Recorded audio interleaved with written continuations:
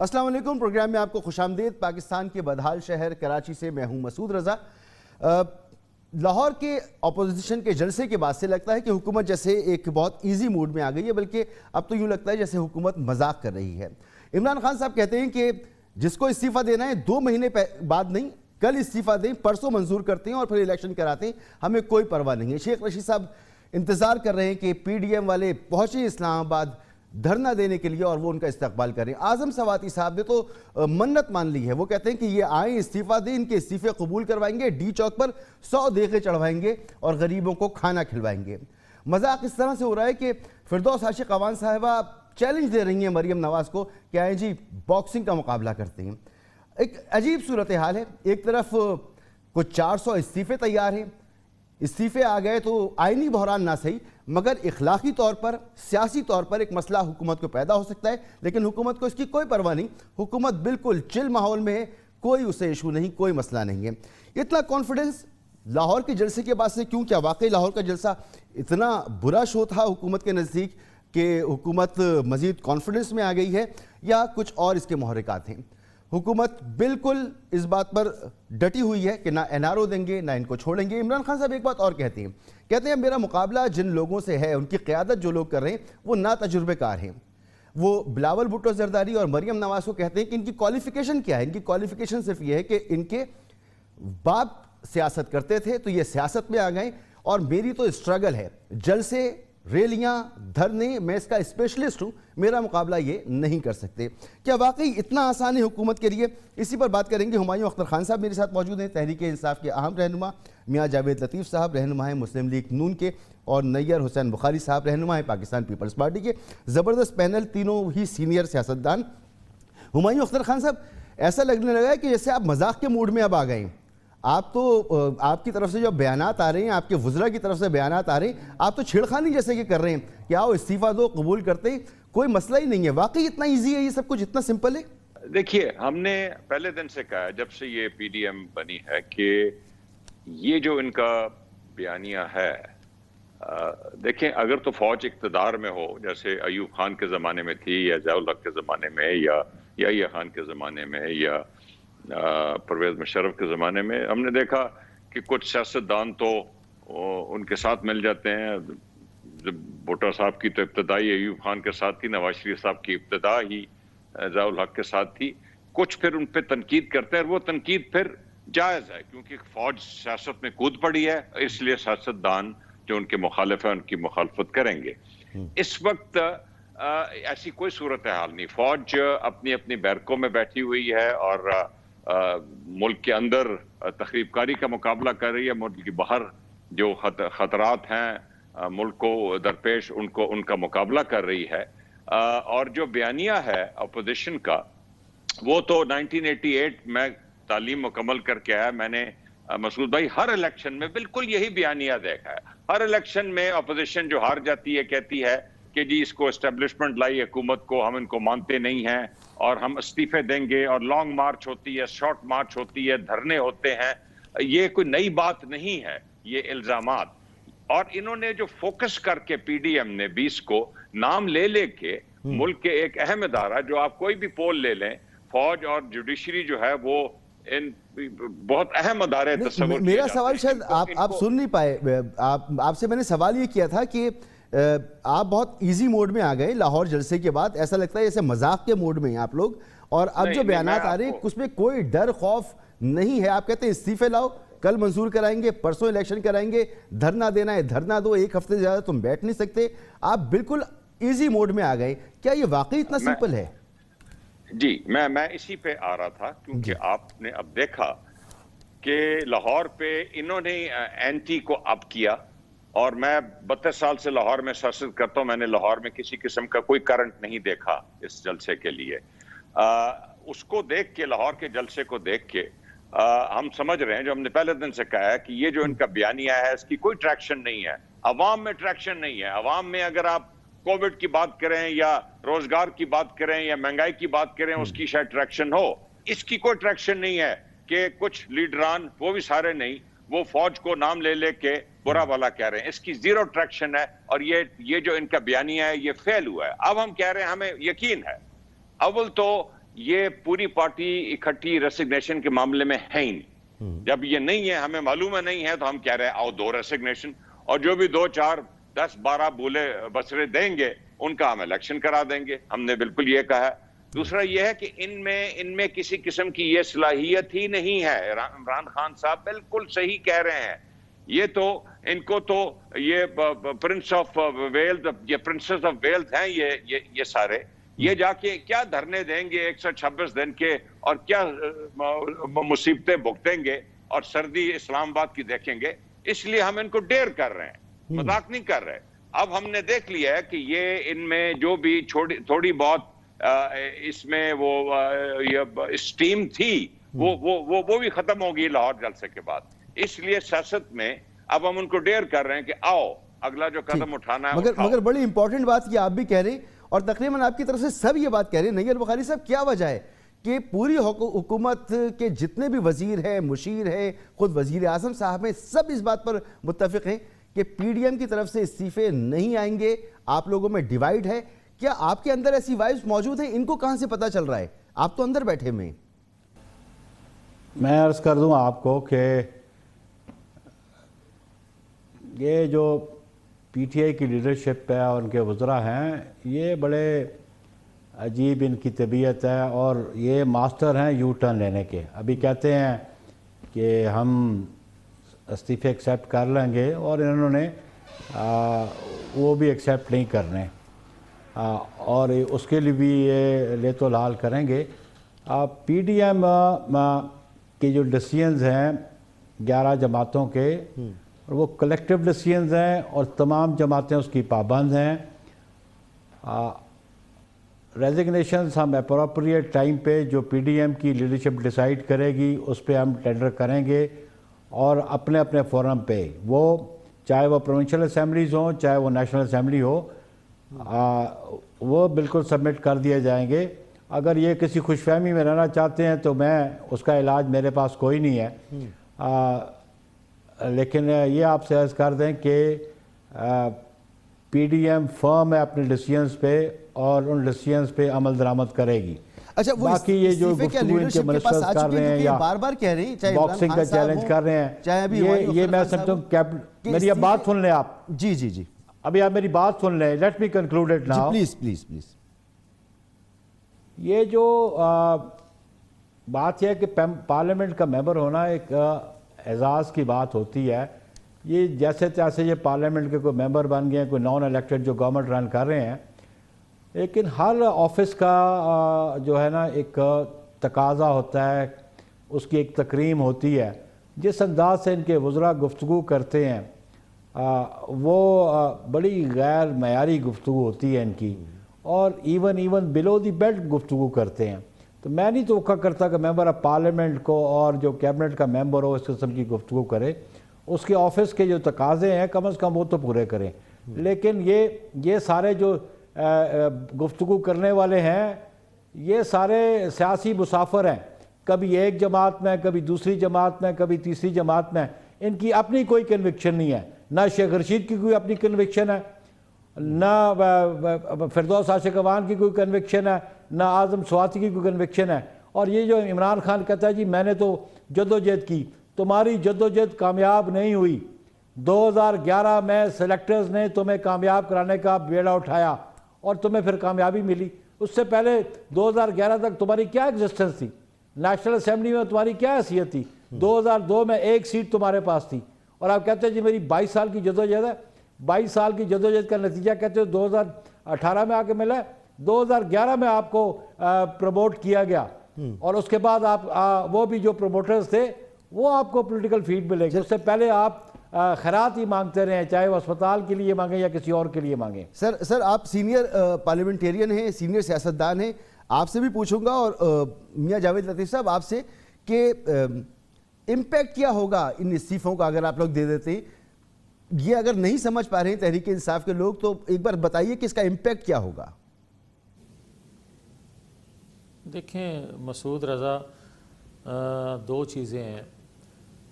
بات یہ ہے کہ اگر تو آپ لاہور کے جلسے کی بات کرتے ہیں تو کہتے ہیں کہ یہ ان کو کوئی فکر نہیں ہے. بالکل ان کو فکر نہیں ہے. مگر جو ان کو لائے تھے ان کو فکر یقیناً ہوگی اور وہ آپ کو مختلف طریقوں سے نظر بھی آ رہی ہوگی اور یا نظر آ جائے گی. مگر میں یہ ضرور کہوں گا کہ جو لوگ کہتے ہیں کہ استعفے دیں گے، ضمنی انتخابات کروا لیں گے، مگر میں یہ ضرور کہوں گا کہ 2018 سے پہلے جس طرح جماعتوں کو توڑا گیا اور پی ٹی آئی کو بنایا گیا، یہ میرے سے زیادہ پنجاب اسمبلی کے اسپیکر زیادہ وضاحت سے بتا چکے ہیں. مجھے اس ڈیٹیل میں تفصیل میں جائے بغیر صرف اتنا کہوں گا کہ عوامی لیگ کو بھی شکست دینے کے لیے، ہرانے کے لیے اس وقت کروڑوں روپیہ اس کی مخالف جماعتوں میں بانٹا گیا تھا. مگر آپ کو یاد ہوگا کہ 300 کے ہاؤس سے، قومی اسمبلی کے 300 کے ہاؤس سے وہ 288 کے قریب شاید وہ 167 کے قریب وہ قومی اسمبلی کی سیٹیں جیتے اور صوبائی اسمبلی کی 300 میں سے 288 سیٹیں لے گئے. اور پھر ان کو منعرف کروانے کے لیے جو کچھ کیا گیا، اس کے بعد جو نہ بک سکے وہاں جو ضمنی الیکشن کروا دیا گیا. اسی طرح اس پی ٹی آئی کے لیے 2018 میں جو کچھ ہوا ہے اور اس کے بعد اب جو کچھ ہو رہا ہے ضمنی انتخابات کے حوالے سے، یہ ساری جو مماثلت میں بیان کر رہا ہوں اس کے نتائج اچھے نہیں ہوں گے. ان کو فکر نہیں ہے، مگر پاکستان کے جو خیر خواہ ہیں ان کو علم ہے کہ اس کے نتائج کیا نکل سکتے ہیں. اب آ جائیں، آپ بار بار ذکر کرتے ہیں، آج کل تو نہیں خیر ہو رہا، 13 دسمبر کے بعد تو میں نے نہیں سنا، اس سے پہلے کووڈ کا ذکر ہو رہا تھا، اس کرونا وائرس کا بڑا ذکر تھا. 13 کے بعد آپ نے سنا ہے کسی کی زبان سے، کسی وزیر کی زبان سے؟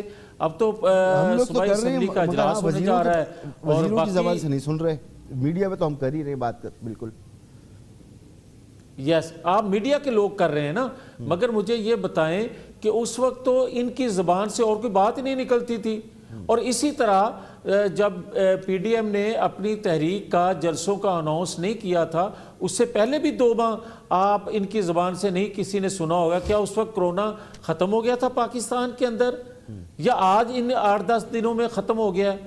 بات یہ ہے کہ یہ اپنی خواہش، اپنی مرضی اور اپنی سہولت کے لیے نہ آئین کو دیکھتے ہیں، نہ قانون کو دیکھتے ہیں اور نہ کسی نیشنل ایشو کو دیکھتے ہیں، بلکہ یہ دیکھتے ہیں کہ ہمیں کس میں سہولت، کس میں ہمیں فیور ملتی ہے، کسی چیز کو بیان کرنے سے ریلیف ملتا ہے تو یقیناً اس کا تذکرہ شروع کر دیتے ہیں. اس طرح حکومتیں نہیں چلتی. بھلے بھائی جس طرح بھی ان کو لے کر آ گئے، مسلط ہو گئے پاکستان. یہ آپ بتائیں کہ ان کو تو چاہیے تھا کہ 2.5 سالوں میں جو آپ نے کیا دھرا ہے آج لوگوں کے سامنے وہ بیان کریں.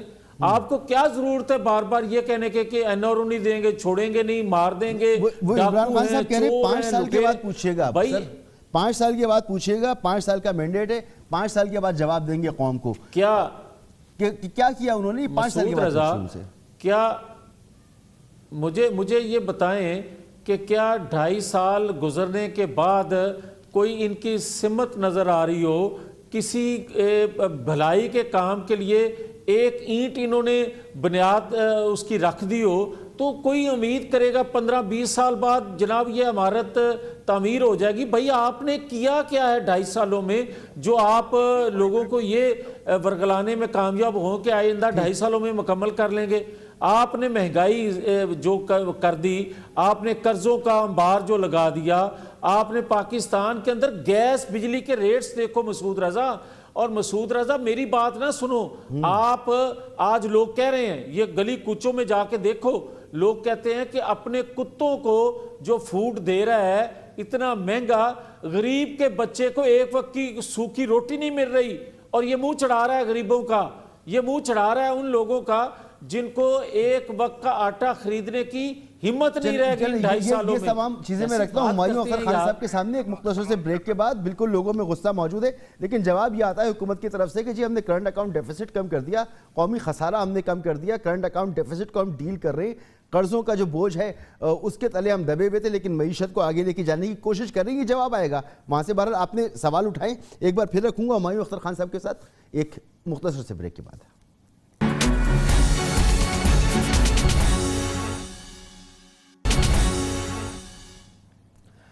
Welcome back. ہمایوں اختر خان صاحب, بریک سے پہلے آپ نے سنا کہ اتنا آسان نہیں ہوگا یہ استعفے وغیرہ اگر ہو جاتے ہیں تو پھر آپ کے لیے بڑے مسائل پیدا ہو جائیں گے. پھر آپ کی پرفارمنس کہاں, گیس ناپید ہوئی ہے آج کل, پیٹرول کی قیمتیں کہاں ہیں, اشیاء خرد و نوش کی قیمتیں, انفلیشن موجود ہے, تو آپ کے لیے اتنا آسان نہیں ہوگا. اور ماضی میں بھی کوئی تجربہ اچھا نہیں رہا ہے بائی الیکشن اتنے بڑے پیمانے پہ کرانے کا. آپ لوگ کیوں اتنے مطمئن ہیں؟ آپ کو لگتا ہے کہ واقعی کچھ نہیں ہونا؟ یہ جواب میں ابھی دیتا ہوں. 1 منٹ میں ایک سوال کر لوں. یہ جو پاکستان کی 2 بڑی پارٹیاں ہیں جو 4 مرتبہ وفاق میں آئی ہیں, 6 مرتبہ پیپل پارٹی سندھ میں آئی ہے اور 5 مرتبہ P M L N Punjab میں آئی ہے.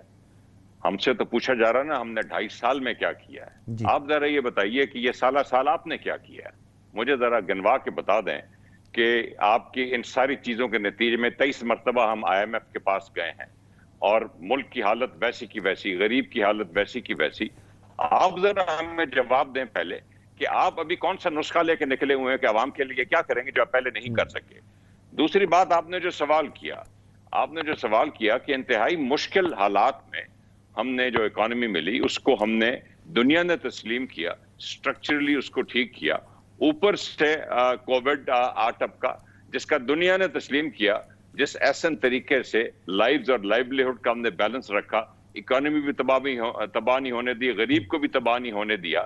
اور اب ہم ایک سچویشن میں بیٹھے ہیں جس میں آپ نے دیکھا ہے کہ لارج سکیل مینوفیکچرنگ نے بڑھنا شروع کر دیا ہے, ایکسپورٹس میں بہت بہتری آ گئی ہے. جو آپ نے فرمایا جو ڈالر کی کمی ہے, کرنٹ اکاؤنٹ ڈیفیسٹ, وہ ہم نے سرپلس میں تبدیل کر دیا ہے اور ہم پوائزڈ ہیں اس وقت بالکل اکانومی کو ریپڈلی گرو کرنے کے لیے. یہ اب اس لیے ہم اطمینان سے بیٹھے ہیں. اچھا, اس میں یہ تو آپ اطمینان سے بیٹھے, ایک مختصر سا مجھے اور جواب دے دیجیے گا کہ لاہور جلسے کے بعد فوری طور پر آپ نے کہا کہ آپ سینٹ الیکشن جلدی کرا لیں گے, 1 مہینہ پہلے کرا لیں گے. سلی مانڈوی والا صاحب کہہ رہے ہیں کہ جی شیڈیول کے مطابق ہوگا, کوئی کچھ بھی کہتا رہے, سینٹ الیکشن اپنے وقت پر ہوگا. تو آپ نے جو بات کہی تھی اس کا فوراً جواب آ گیا, باقاعدہ جواب آ گیا کہ سینٹ الیکشن اپنے ٹائم پر ہوگا.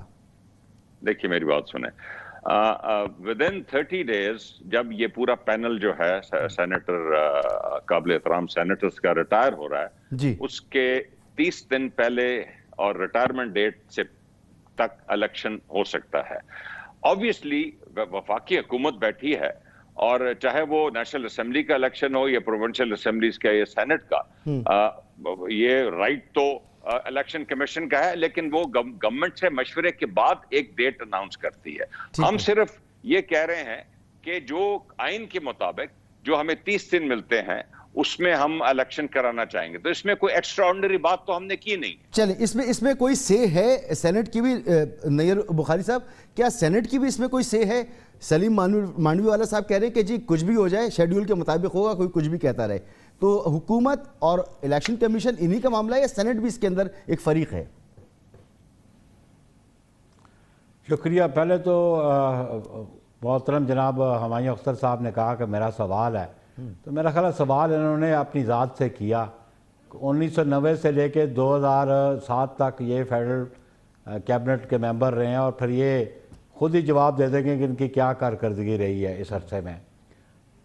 دوسری بات میں یہ عرض کروں کہ یہ سینٹ کے الیکشنز ہیں, کانسٹیٹیوشن آف پاکستان جو ہے یہ سپریم لا ہے, ٹھیک, اس کو سب آرڈینیٹ لیجسلیشن یہ اوور رائڈ نہیں کرتی.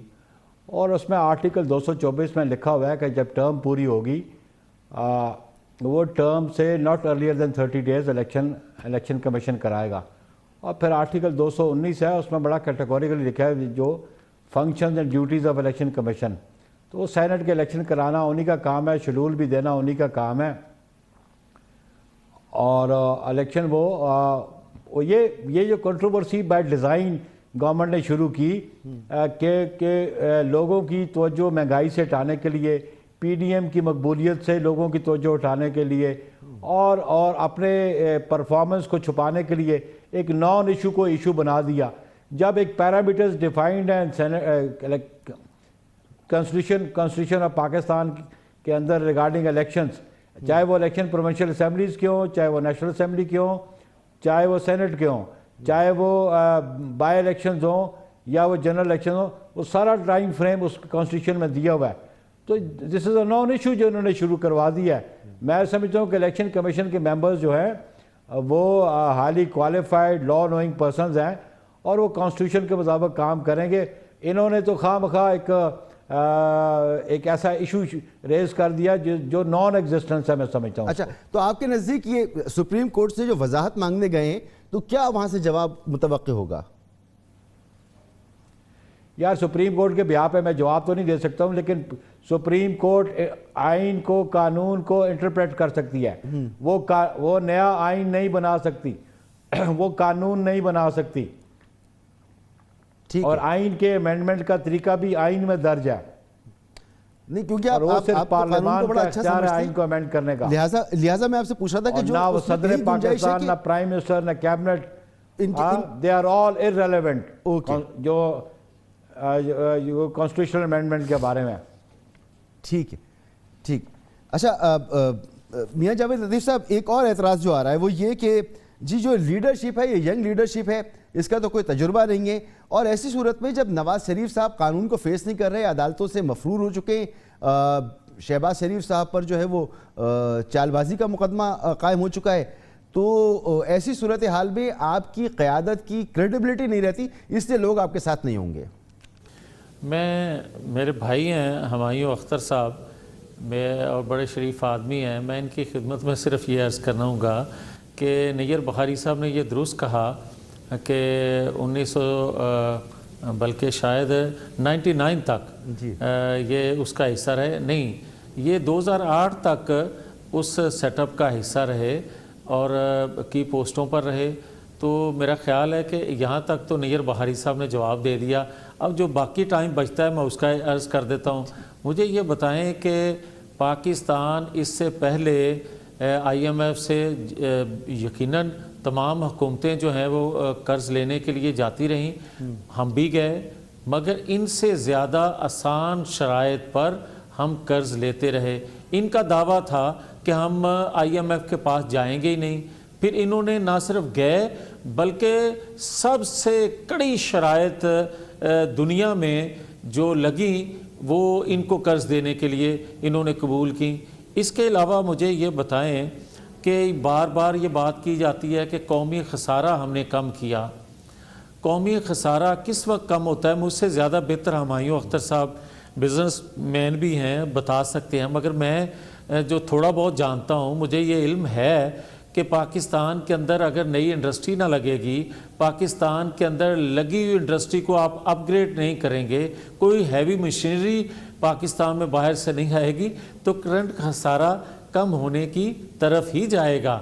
اور دوسرا مجھے یہ کہنے کی بھی اجازت دے دیں کہ گروتھ ریٹ 2018 میں جب ہم نے حکومت چھوڑی تو 5.8 پہ تھا, آج گروتھ ریٹ جو ہے وہ 0 پہ ہے.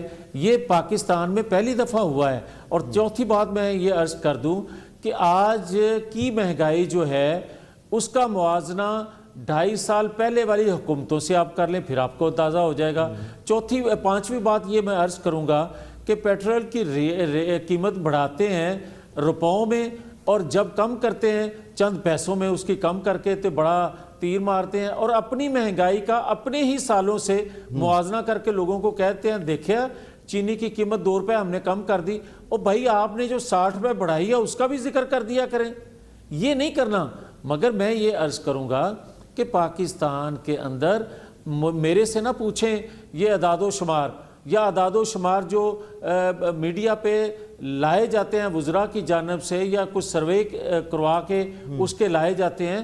مجھے مسعود رضا صرف یہ بتا دیں کہ آج کسی عام شخص سے پوچھ لیں کہ 2.5 سال پہلے والی مہنگائی زیادہ تھی یا آج آپ مہنگائی کے بوجھ تلے دبے ہوئے. یہ باتیں کرنے والی ہیں جو پوچھنے والی ہیں. اس کے ستائے ہوئے لوگ جو ہیں وہ پی ڈی ایم کی تحریک میں خود نہیں آ رہے, بلکہ ان کے اعلان کے بعد پی ڈی ایم کی قیادت جو ہے وہ تحریک میں آئی ہے. اصل تو یہ تحریک جو ہے وہ عوام کی تحریک ہے. اگر پی ڈی ایم کی لیڈرشپ جو ہے وہ باہر ان کی کال پر نہ آتی تو کل کس منہ سے جانا تھا انہوں نے عوام کے پاس؟ یہ ہے اصل ایشو, اور اس کو گھما پھرا کے جدھر مرضی آپ لے جائیں. ٹھیک. اچھا ایک بریک کی طرف جانا ہے میاں صاحب, اور یہاں پر یہ بات بہت اہم مجھے معلوم ہوتی ہے کہ آنے والے دن میں سیاسی ٹمپریچر بڑھے گا, حکومت اس کو بہت ایزی پلے کر رہی ہے, آسانی سے اس کو لینے کی کوشش کر رہی ہے. اگر صورتحال مختلف ہوتی ہے, استعفے ہو جاتے ہیں, یہ بائی الیکشن کی طرف جاتے ہیں, ماضی میں اس کا تجربہ اچھا نہیں ہے, تو پھر کیا ہوگا؟ اپوزیشن نے اس کی پیش بندی کی ہے کہ بیک فائر ہوتا ہے, سسٹم کو نقصان پہنچتا ہے, تو اس کے لیے اپوزیشن پھر کیا کرے گی؟ ایک بریک کے بعد.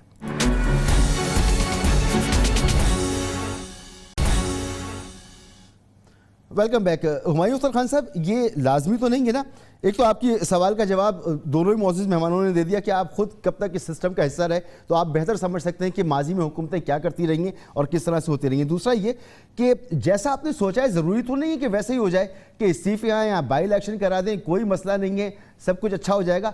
کچھ اور بھی ہو سکتا ہے. حالات خراب ہوتے ہیں تو آپ کی پھر پیش بندی کیا ہے؟ یہ سسٹم رہے گا, چلتا رہے گا, آپ کو یقین ہے پورا؟ نہیں ہے تو پھر تیاری کیا ہے؟ آپ اپوزیشن سے تو بات کرنے کو تیار ہی نہیں ہے. دیکھیے, آپ تھوڑی سی ذرا تاریخ دیکھیں جلسوں کی اور موومنٹس کی تاریخ کیا ہے. جلسے عمران خان صاحب کے 2011 میں 2014 میں دھرنا ہوا, بہت کامیاب رہا, بہت بڑے بڑے جلسے. یہ جو ابھی شو ہوا ہے کافی کمزور مینار پاکستان میں, اس سے بہت بڑے بڑے جلسے مینار پاکستان میں عمران خان نے کیے ہوئے ہیں. بے نظیر بھٹو صاحبہ جب تشریف لائیں 1986 میں, ایک تاریخی اجتماع لاہور میں باہر نکلا, لیکن آپ نے دیکھا کہ جلسوں سے حکومتیں تبدیل نہیں ہوتی. 86 میں آپ نے دیکھا کہ وہ جہاز گرا, تبھی بے نظیر کو موقع ملا, بے نظیر صاحبہ کو حکومت میں الیکشن لڑ کے آنے کا. جو موومنٹس ہوتی ہیں, یہ موومنٹ پی ڈی ایم کی کسی صورت میں نہیں ہے. موومنٹ جو ہوتی ہیں, موومنٹس پاکستان میں ذوالفقار علی بھٹو کی موومنٹ ہوئی 67 میں, جس کا نتیجہ آپ نے دیکھا کیا ہوا.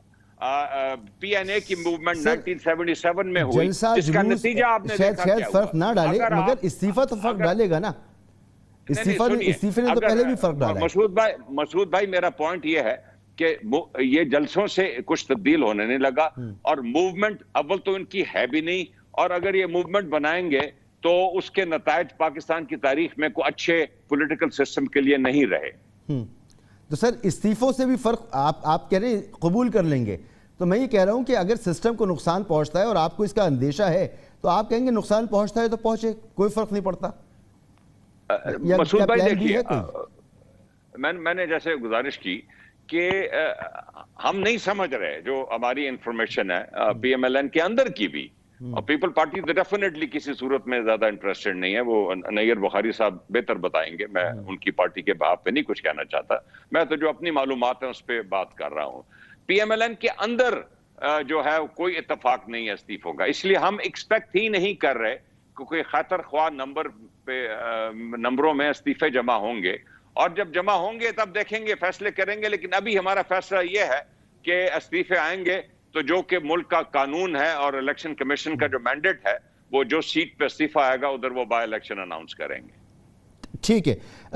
نیر بخاری صاحب, سر حکومت کے پاس ایک ہی جواب ہے کہ استعفے آئیں گے ہی نہیں, وہ ان کو توقع ہی نہیں ہے, اور جو تھوڑے بہت آئیں گے اس میں بائی الیکشن ہو جائیں گے.